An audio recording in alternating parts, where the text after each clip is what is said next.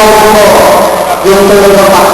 Siguro, yung iba na unit namin, nalimutan pa tulog na niliman ko. Kung ako ba yung nalimutan data, nagtutulog ako mula ko sa always tulog ako yung tulog. Ano yan po? Kanilay, kanilay. Tsaka po, yung parang nakaingat sila, kung ikaw dito, at hindi na lang natin patangay-tangay kung saan-saan. Tsaka po, sana may kapatid ko yung audio para makaingat na rin yung mga bagay na hindi naman dapat mangyari sa oras ng gabi. Nandito po ako sa para tumakbo bilang SA Kagawan para tulungan mga kabataan na naliligaw ng ganda at yung mga tao na sa ating corporate chairman kung mga tumatakbong barangay chairman Kagawan. Magandang hapon po sa inyong lahat. Ako ang isa sa taas, independent po, marami po yung tumakbo. Ako ang kabulan na guna. Gagawa po kami ng mga proyekto upang mapagkain sa mga kabataan na bubulan na asumit po ako, hindi naman po ang mga nagtutulala kailangan pumilot nagwas ang nagbukang pakikiilaw ng lahat ng kabataan. Ang kailangan upang maganda natin matagumpay ang aming nagagandang tayo na nagpapiliin. Ngayon po, ito po yung pagpupong barangay na pinupuntahan namin para sa candidate. Yun po pinagpipirmahan po nyo.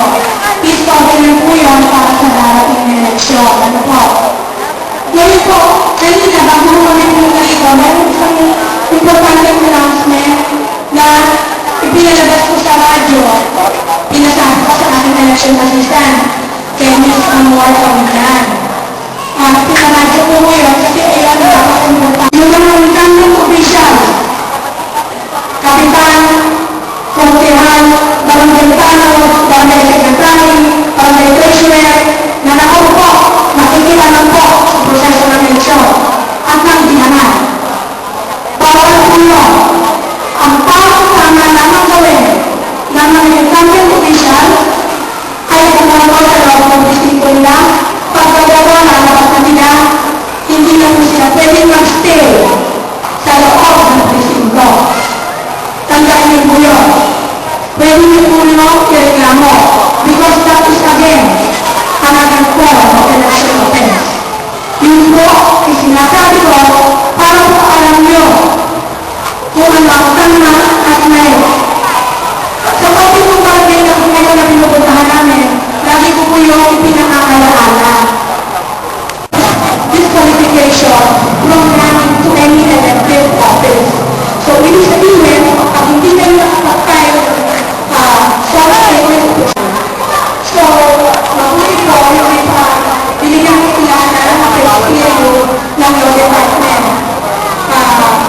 Binigyan lang po sila ng penalty from 6,000 to 2,000 pesos. Pero bakit naman po antayin pa natin ng penalties dahil pagpapayal po kayo libre. Kailangan lang nakapagpayal kayo sa kakuman mo para po wala kayo kabayaran. Para po just in case,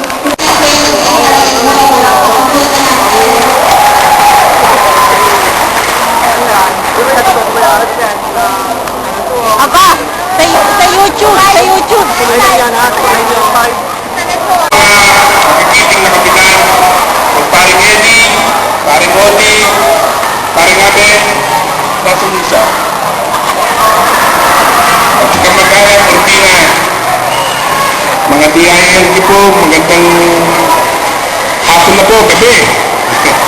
Comelec at SEC, mga SK, chairman.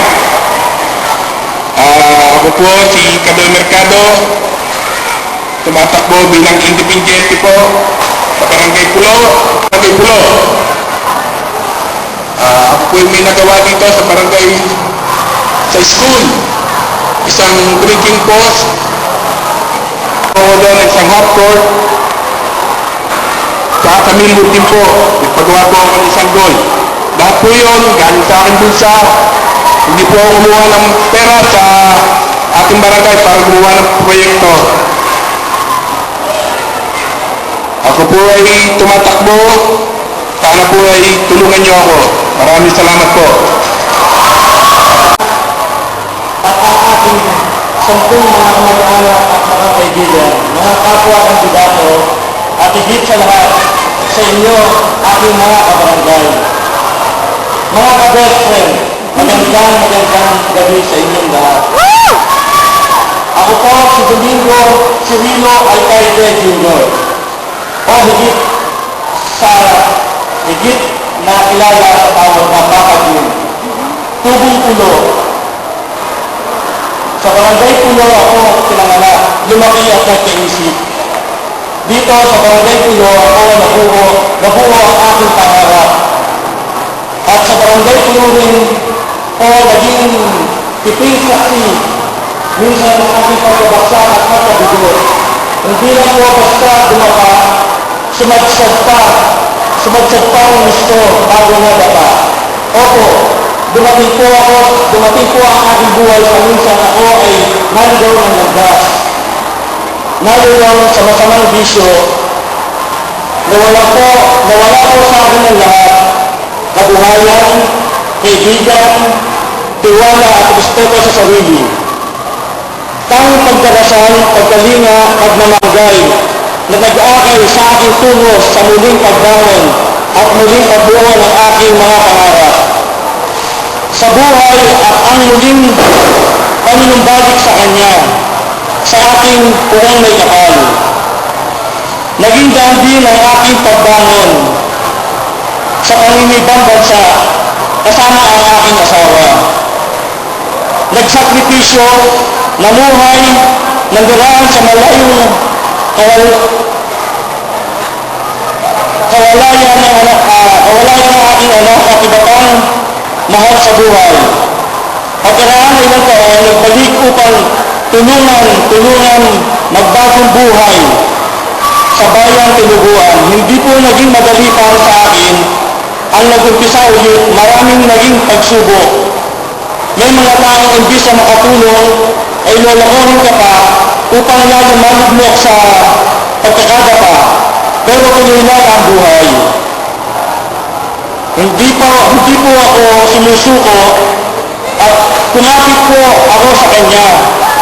Sa awa ng Diyos, ako po ay unti-unting nakabangon at ngayon po'y abot kami.